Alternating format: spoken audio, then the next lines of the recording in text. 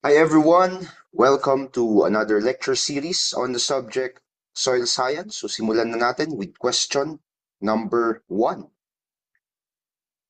Question number 1, sabi niya dito, particle density is a stable soil property and most agricultural soils would have particle densities close to this particular value. So sagot ba dyan is 1.33, 2.66, 1.65 grams per centimeter cube or 2.33 grams per centimeter cube. Okay, so density is grams per centimeter cube. Ano ba kasi ang density? Density just is typically density is how much mass is in a particular space. So if you have, for example, two objects, okay, na parehas ang size, tapos itong object letter B ay mas mabigat as compared kay A, so heavier si B kaysa kay A, mas mataas ang density ni B. Kasi kahit na same size sila, ibig sabihin same volume, mas marami yung mass na nakakoncentrate dito sa volume ni P. So yun yung sinasabi natin na konsepto ng density. So ang particle density daw for most agricultural soil is what? Okay? Now for most agricultural soils, the particle density is 2.66 grams per centimeter cube. Okay. Now, in the study of soil science, you have to understand that there are two major types of soil density. We have particle density, which is yung tinatanong dito sa question, which is basically the density of the solid particles of the soil. Now, if you can remember from our previous discussion, your soil is made up of solid particles and at the same time meron siyang pore spaces and water, right? Now, particle density is only pertaining to the density of the solid particles of your soil. So kasama dyan yung sand, silt, and clay, kasama dyan yung mga solid soil particulates, pero hindi po kasama dyan. So, hindi kasama dyan yung pore spaces. Okay? And how do we compute for particle density? It is basically the mass, okay? Yung kilo or gram ng soil solids mo. So, ibig sabihin, dapat dry weight yan and dapat walang pore space dyan. I-divide mo lang siya dun sa volume ng iyong soil solids. And from there, makukuha mo yung particle density. Okay? Now, typically, sabi dun sa question and sa answer, an agricultural soil has a particle density of 2.66 grams per centimeter cube. Now, this value reflects the density. Okay? Bakit 2.66 grams per centimeter cube? Kasi this value reflects the density of the minerals that makes up most of your soils, particularly quartz, which is common in many soils. Okay? Now, in relation to organic soil, soils with high organic matter, okay? So yung mga soil na mataas ang organic matter, typically mas mababa yung kanilang particle densities, around 1.1 to 1.4 grams per centimeter cube. So ibig sabihin yan, organic matter are less dense than mineral matters in your soil.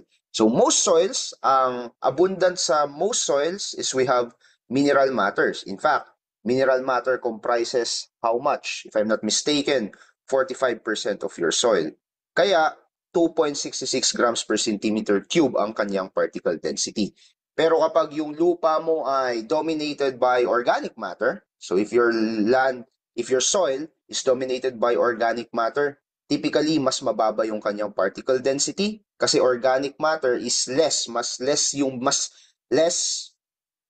it is less heavier than your minerals, kaya mas mababa ang particle density kapag yung lupa mo ay dominated by organic matter. Now, the other type of density is bulk density. Kung sa particle density, ang tinitignan lang natin dito is the solid particles in the soil or the density of the solid particles in the soil. Pagdating naman sa bulk density, we are looking both soil solids and the pore spaces. So sa particle density, ang kasama lang is yung soil solid. Sa bulk density, kasama na both yung soil solid natin and pore spaces. Now, bulk density is typically lower than particle density. Okay? And most of your soil has a particle density of around 1.2 to 1.6 grams per centimeter cube. Actually, kung babalikan natin dito sa question, most of your soil will have a particle density on average of around 1.33 grams per centimeter cube. Okay? Balik tayo dito sa bulk density. Now, how do we measure bulk density naman? We measure bulk density by still getting the mass of dry soil. Okay? Now, kung sa laboratory setting, yan yung particle density, kailangan durugin mo, okay? Para maalis yung pore spaces, tapos saka mo idadry yung lupa. Sa bulk density, usually kumukuha tayo ng collector dyan. So, kunwari tin can. So, kukuha tayo ng tin can, itutubog natin dyan sa lupa na yan, and then idadry natin yun, doon natin makukuha yung mass of dry soil. Okay? Within that sample of the soil na kinuha natin from our tin can, makukuha natin both yung soil solid and pore spaces. Kaya siya applicable in analyzing or computing for bulk density. And of course, i-divide mo siya sa volume of your soil sample, or usually makukuha natin yung volume na yan via the volume of our collector or of the tin can that we use to collect the soil sample. So nasabi ko sa inyo kanina, particle density is usually mas mabigat kaysa sa bulk density. Okay? So the bulk density includes the volume kasi of both solids and pore spaces, and usually it is lower than your particle density. But bulk density is very important kasi it reflects how compacted or gaano kasiksik yung lupa mo. Okay? Kapag yung lupa mo ay mataas ang bulk density, it indicates na mas compacted yung lupa. Which means, kapag mas compacted yung lupa, mas konti yung pore spaces, so mas limitado yung air and water movement. However, if yung lupa mo is less compacted, kapag less compacted yan, ibig sabihin lower yung kanyang bulk density, mas marami siyang pore spaces and air and water movement sa kanyang lupa, sa mga lupang ganyan. Okay? Now, bulk density and particle density are two important densities na ginagamit rin natin in analyzing and computing for the porosity of our soil. So what is porosity? Porosity just is mostly defined as the percentage of the total soil volume that is occupied by your pore spaces. So kapag meron kang soil sample, let's say soil sample mo to, okay?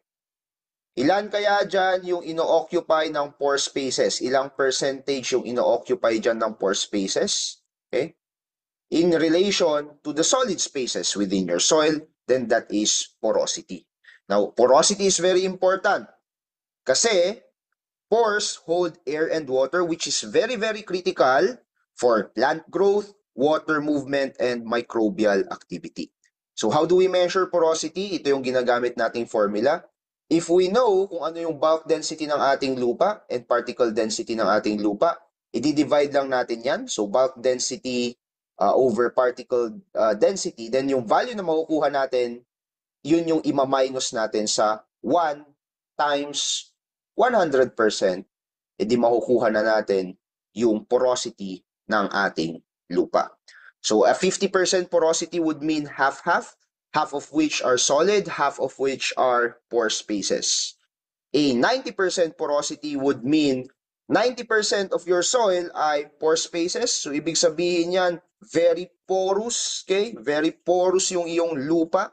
Marami siyang pore spaces. Kapag naman 10% lang or 5% lang yung porosity, ibig sabihin more compacted yung lupa, wala masyadong pore spaces that allows the movement of air and water. Now, if you can see here, I have added an illustration of a non-porous, non-permeable lupa. If you can see, wala masyadong pore spaces. So, very minimal yung kanyang porosity. On the second on yung katabi niya na illustration, we have porous. So ibig sabihin may mga pore spaces naman, but it is not permeable. Bakit? Kasi hindi konektado yung mga butas, hindi konektado yung mga pore spaces. Maaring ang mangyayari, may i-stuck dyan yung tubig and air kasi hindi siya magfo-flow pababa kasi hindi naman sila connected. Yung third illustration dito, yan yung porous and permeable materials. Why? Meron kang porosity na malaki, so malaki yung amount ng porosity. At the same time, the pores are connected with one another, so the tendency is your water and your air can easily flow in between these pore spaces. And porosity, again, is very important in agriculture as it is critical in plant growth, water movement, and microbial activity. Next question. A 25-gram soil saturated with 5 milliequivalent, that is calcium 2, has a cation exchange capacity equal to, is at 5 milliequivalent over 100 grams soil. So this is calcium, okay? Calcium and yung 2 dyan is yung charge niya. So that should be a superscript. Yeah, that should be a superscript. So ang sagot ba dito is 5 milliequivalent to 100 gram per 100 gram of soil? Is it 25 milliequivalent per 100 gram of soil? Is it 10 milliequivalent per 100 gram of soil, or is it 20 milliequivalent of calcium per 100 gram of soil? Okay? So tinitignan natin, hinahanap natin kung ano daw yung cation exchange capacity kapag meron kang 25 grams na lupa na mayroong 5 milliequivalent calcium. Okay? So how do we compute that?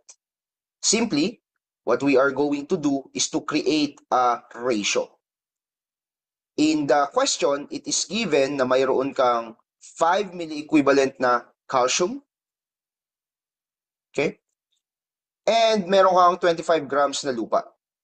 So gagamit tayo, dahil ang hinihanap natin is yung milliequivalent per 100 grams. So isusulat lang natin sa kabilang equation yung milliequivalent over 100 grams to create a ratio formula.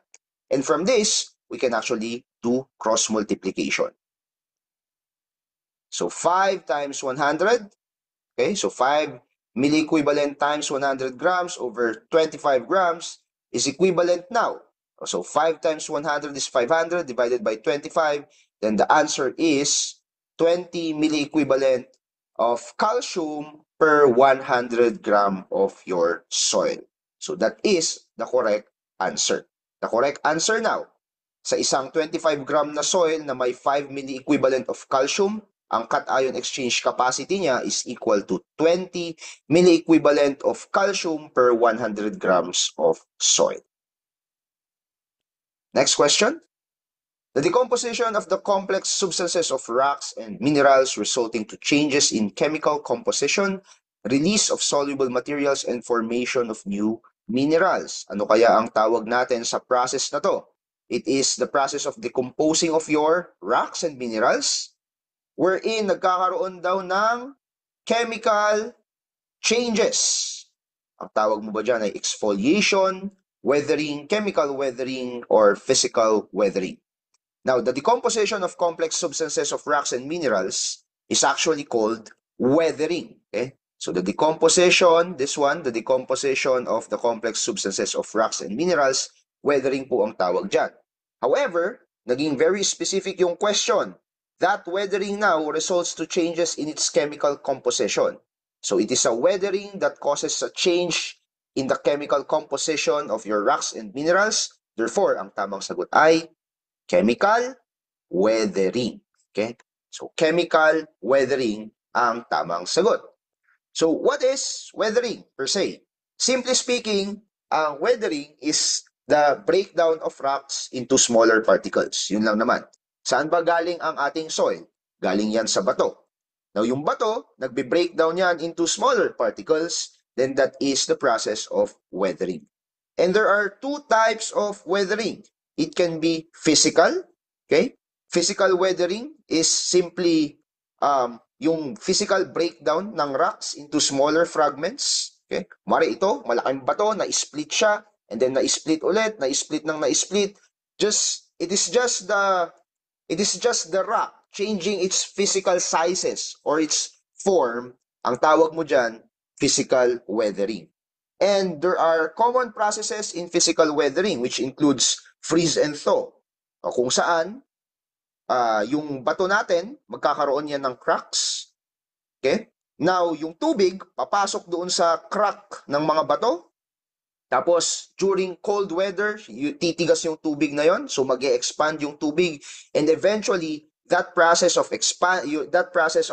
pagiging ice ng tubig, and then pagpapaglalambot niya, yun yung thaw, no, madidefrost yung tubig, would now make the crack bigger and bigger, and eventually, it will break the rock. So, yan yung freeze and thaw process that would lead to physical weathering.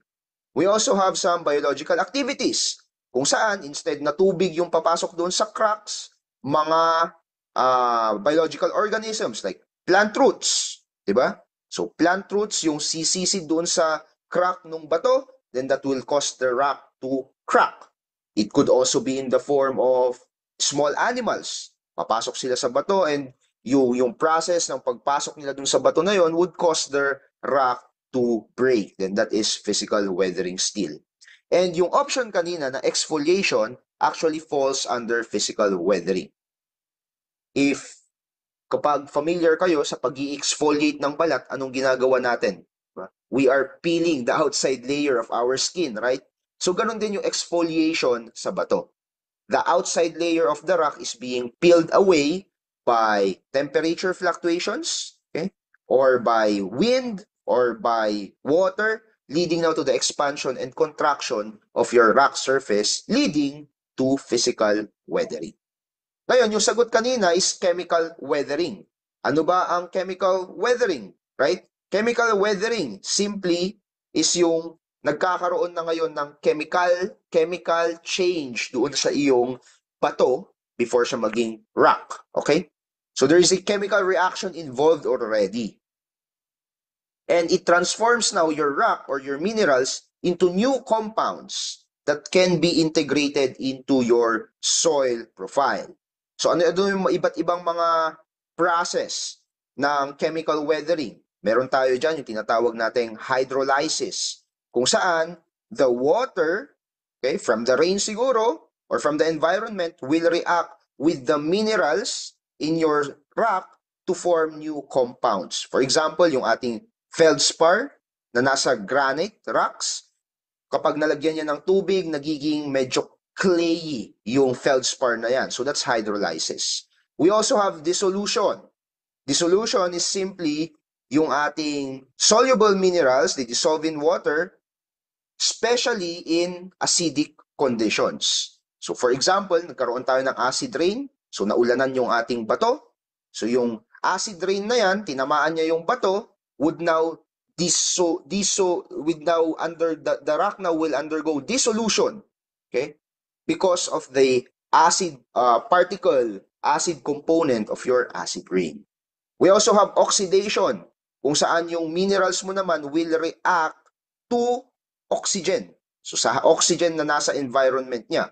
For example, some rocks will have this parang rust appearance. That is because of oxygen. And ang tawag natin doon, oxidation. So that is weathering and the two basic types of weathering and some of the processes involved both in physical weathering and chemical weathering. Next question. Okay, so it's another solving. So here, we are going to compute the percent base saturation of a soil with a cation exchange capacity of 100 milliequivalent per 100 gram and whose exchange sites are occupied by 20 milliequivalent per 100 grams of basic cations. So, hanapin daw natin ano yung base saturation ng isang lupa kung ang CEC niya ay 100 milliequivalent per 100 gram, tapos yung basic cation niya ay may CEC naman na 20 milliequivalent per 100 gram. So how are we going to solve that? Is it 20%, 25, 75, or 68%? So here, we will use the formula to compute base saturation as percent base saturation is equal to the sum of the basic cations in milliequivalent per 100 grams over the total CEC. Okay? Now, ano yung given natin? The total CEC is 100 milliequivalent per 100 gram, whereas yung ating basic cations naman is 20 milliequivalent per 100 gram. So, kukunin lang natin yon. The formula now would be 20 milliequivalent over 100 milliequivalent per 100 gram times 100, and therefore ang sagot ay 20%. So 20 divided by 100 is 0.2 times 100 is 20%. So pretty straightforward. Kinuha lang natin yung proportion ng basic cations na nandun sa ating total CEC. So 20% ang tamang sagot. Next one. This refers to the arrangement of primary soil particles into secondary units or aggregates. So, this refers to the arrangement of primary soil particles. So, yung mga soil particles natin, nag-a-arrange siya into secondary units, and ang tawag natin doon, soil aggregates. Ano kaya ang tawag daw sa arrangement na to? Do we call it as soil consistency, soil texture, soil structure, or soil density? So, the correct answer is soil structure. Okay? Now, soil structure is different from your soil texture, as we will know later on. We know naman na ang ating soil texture is basically ano ba yung proportion sa soil na sand, silt, or clay. So, we're looking at the proportion of sand, silt, and clay to your soil.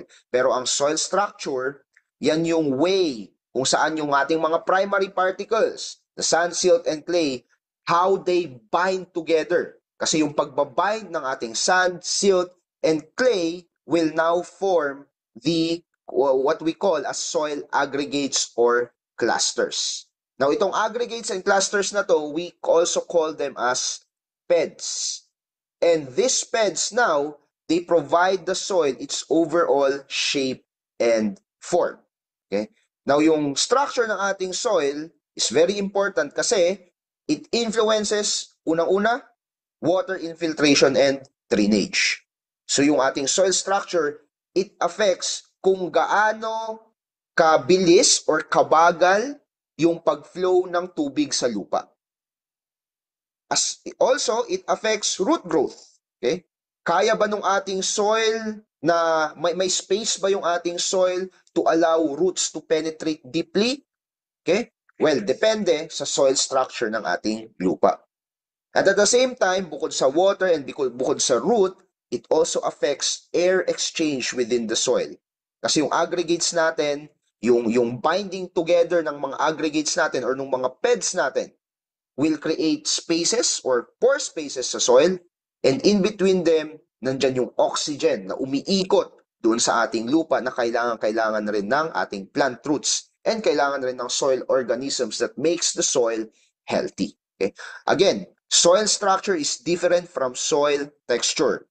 Ang soil structure, yan yung aggregates natin or how the soil particles are bounded together. So, paano sila nagdidikit-dikit. Whereas ang ating soil texture naman is basically the proportion of sand, silt, and clay in your soil. And what are the different types of soil structure? Soil structure can be granular. Ibig sabihin yan, maliliit na rounded aggregates. This soil structure is very common if your soil is rich in organic matter. And if you can see, a granular soil structure, mataas ang kanyang porosity. So in terms of water, air, and root infiltration, kayang-kaya, very efficient. Kasi maraming space sa ganitong klase ng lupa. The next one would be blocky. Now, blocky, medyo malalaki siya sa granular mo. And at the same time, irregular yung shape niya. Mostly nakikita ang blocky soil structure sa ating subsoil. Okay? So sa baba ng ating topsoil. Alright?